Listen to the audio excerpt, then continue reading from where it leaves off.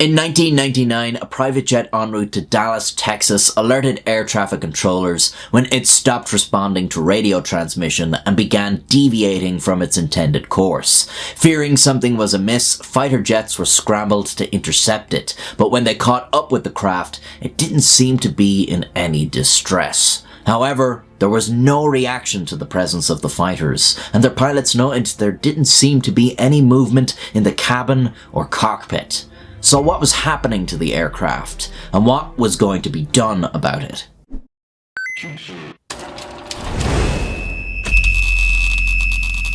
In 1999, PGA golfer Payne Stewart had won the US Open. A few months later, he was headed to Houston, Texas for the year-ending tournament, the Tour Championship.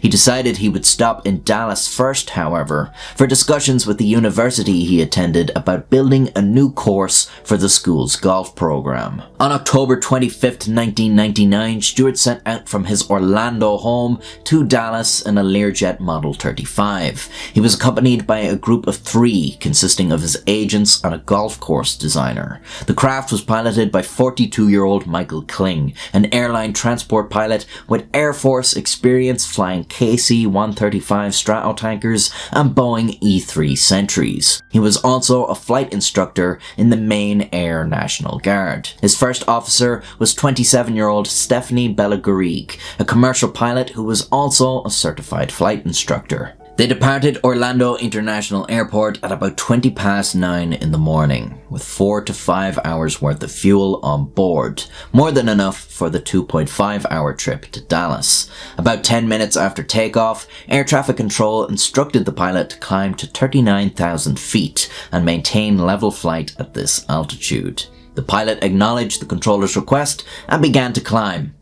It would be the last time they would hear his voice. 6 minutes later, the controller tried to contact the Learjet again, but there was no response. Odd, as they had just spoken. Over the next 4 minutes, the controller tried to contact the pilot 5 more times, each time with no response. Air traffic control now pondered what was causing this radio silence. Was it malfunction, or was there a hijacking?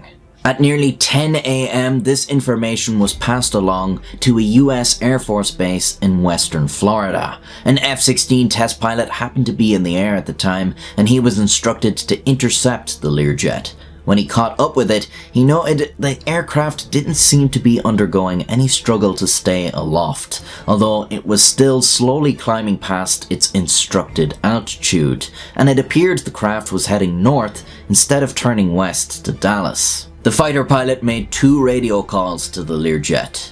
No response. He went in for a visual inspection of the craft, but couldn't see any signs of damage, and both engines were running. The signs seemed to point more towards hijacking than malfunction. The pilot tried to peer through the Learjet's windows and into the cabin, but couldn't see anything. Perhaps the cabin was too dark. He moved to have a look at the cockpit. He couldn't see much through the cockpit windshield either, although he now understood why. The windows were frosted over. He couldn't see any shadows moving behind the frost. It seemed the cockpit was completely still. Within 15 minutes, the fighter pilot had completed his inspection. He broke formation and left the Learjet. The Learjet continued its new path north. It also continued to climb to an altitude of nearly 50,000 feet. This went on for hours, as there was little anyone could do except send fighter jets to intercept the craft. 2 more interceptions occurred, although they had no more success than the first. As the craft headed further and further north, the Canadian Prime Minister was informed if it continued, it was headed towards Winnipeg. The Prime Minister said that if the Learjet crossed into Canadian airspace without making radio contact, the military had permission to shoot it down. Nearly 4 hours into its journey, the Learjet had flown 1,500 miles across the United States and was passing over South Dakota. By this point, the fuel was running out. F-16s following alongside the craft watched its nose sink downwards, and the plane entered a drastic spiral. They lost sight of it through the clouds, and by the time they re-established visual contact, it was a burning wreckage on the ground. The Learjet had nosedived at near supersonic speed, leaving no chance of survival for any of the 6 on board. Thankfully, it crashed in sparsely populated farmland and no one else was involved. The National Transportation Safety Board began an investigation of the highest priority, owing to the mysterious circumstances surrounding the crash. There was no flight data recorder on board the Learjet, although they did manage to recover the cockpit voice recorder, or CVR. Even this yielded little information, as the CVR was an older model and held only the last 30 minutes of audio, during which nothing is heard from the cockpit except for the plane itself. The autopilot can be heard disengaging after the fuel ran out and the Learjet began to stall. It was ruled that the most likely explanation for the crash was that the Learjet experienced decompression of the cabin.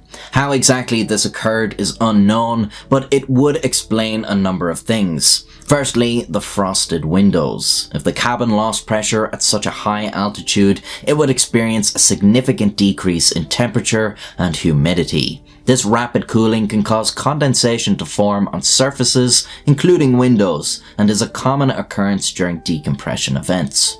It is unknown if the decompression was gradual, rapid, or even explosive. Regardless, the loss of pressure would have hindered the process of oxygen exchange that occurs in the lungs, leaving those on board suffering from hypoxia, a lack of oxygen to the body and brain.